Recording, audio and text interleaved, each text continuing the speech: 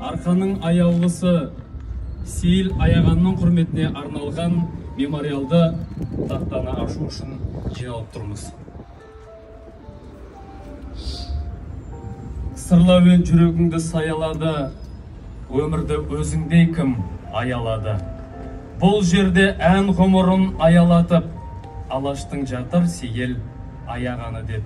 Мирас Асан бауыры шығарған өлең шумақтарын құлпытасына ойып жатса, өмірдегі де өнердегі бауыры Қайрат Асқар ағасына Сейіл жүрек өлеңін арнап алып келіп отыр.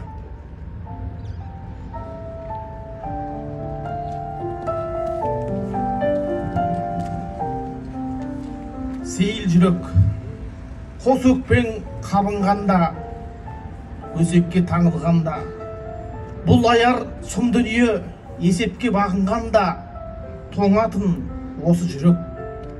Сезімге бай күндерде көрсетпей қайғың делге, тазарып алайын деп айнадай айдың көлге қонатын осы жүрек. Ер көңіл қыз қылықты, ән құрап ізгі үмітті, әлемге адалдықты, бар елге ізгілікті тілейтін осы жүрек. Той думан тамашада ән салмай жараса ма, қызыққа бөле белді, ал кейін оңашада жүдейтін осы жүрек. Қалса да кейін жүдеп, есілген мейір жібек, көңілдің қыл пернесін қозғасын Сейіл жүрек, маздасын Сейіл жүрек.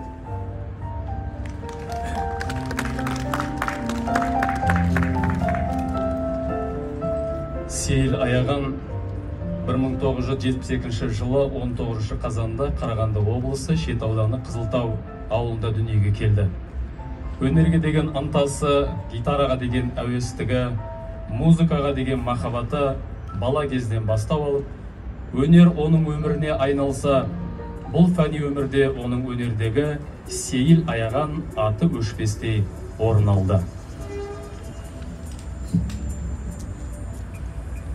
Мемориалды тақтаны ашу рәсімі Қарағанды облысы әкімінің орынбасары Бауыржан Қоңырбайұлы Асановқа, әнші журналист Ерлан Төлеутайға және туған бауыры әнші сазгер Шыңғыс Мұқаевқа тапсырылады.